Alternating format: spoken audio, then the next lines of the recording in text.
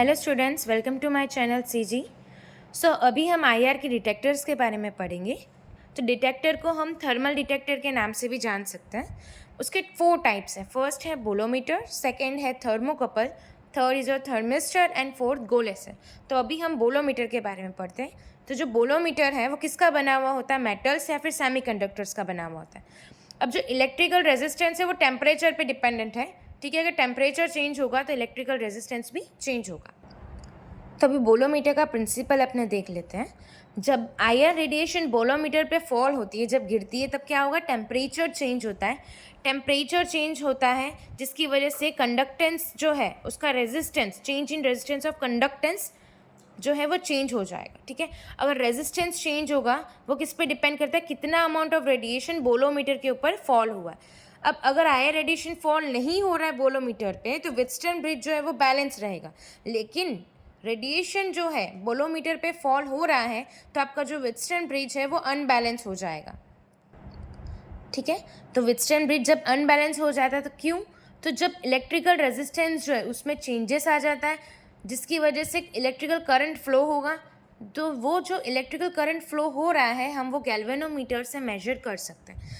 अब कितना amount of current जो है वो फ्लो हो रहा है वो गैल्वेनोमीटर की मदद से हम लोग चेक कर सकते हैं।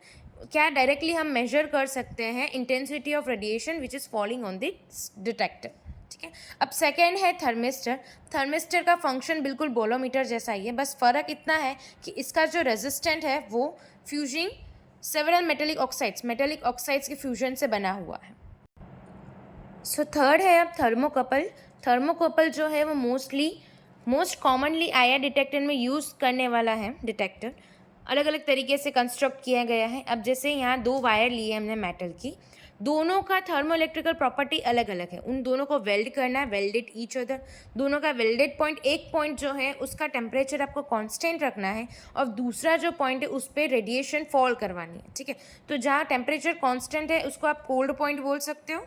ठीक है, और जहाँ पे रेडिएशन एक्सपोजर में आ रहा है उसको आप हॉट पॉइंट बोल सकते हो। ठीक है, तो जब एक्सपोज होगा हॉट पॉइंट की तरफ तो टेम्परेचर बढ़ेगा जिसकी वजह से दोनों पॉइंट जो है अलग अलग टेम्परेचर पे है, वो पोटेंशियल डिफरेंस जो है वो प्रोड्यूस करेगा। ठीक है, पोटेंशियल डिफरेंस जो है वो डायरेक्टली प्रोपोर्शनल होता है कि कितना अमाउंट ऑफ रेडिएशन आपके हॉट पॉइंट पे फॉल हुआ है। ठीक है, यहाँ लिखा है degree of heating of hot point और amount of radiation falling on hot point. ठीक है, अब फोर्थ है आपका गोले सेल। वो किसका बना हुआ है? स्मॉल मेटल सिलेंडर का बना हुआ है जिसके फर्स्ट एंड यानी पहला एंड जो है वो किससे ढका हुआ है? It is close by black and metal plate और अनदर एंड जो है दूसरा एंड है वो डायफ्राम से क्लोज है। अब जो सिलेंडर है, ठीक है, सिलेंडर जो है उसके अंदर नॉन एब्जॉर्बिंग गैस यानी जेनॉन गैस फील की हुई है। तो जब रेडिएशन जो है वो ये ब्लैक एंड मेटल प्लेट पे फॉल होगा तो वो गर्म होगा, हीट होगा, तो सिलेंडर के अंदर का जो जेनॉन गैस है वो एक्सपांड होगा, जो अफेक्ट करता है डायग्राम के, मतलब जो आपका डायफ्राम है उसके मोशन में। तो क्या प्रोड्यूस करेगा? आउटपुट जो है उसमें चेंजेस आएगा। Cell receive that is by your photo tube. आपका ये मेटल है, ब्लैक एंड मेटल प्लेट है, यहाँ पे आईआर रेडिएशन फॉल होगा तो अंदर ये जो सिलेंडर उसके अंदर जो जेनॉन गैस फील की हुई है उसके अंदर क्या वो एक्सपांड होगा जिसकी वजह से डायफ्राम जो है आपका उसके मोशन को अफेक्ट करेगा। ठीक है, तो क्या आउटपुट आएगा आपका? दैट इज़ आउटपुट जो है cell receive by photo tube. ये था गोले सेल के बारे में।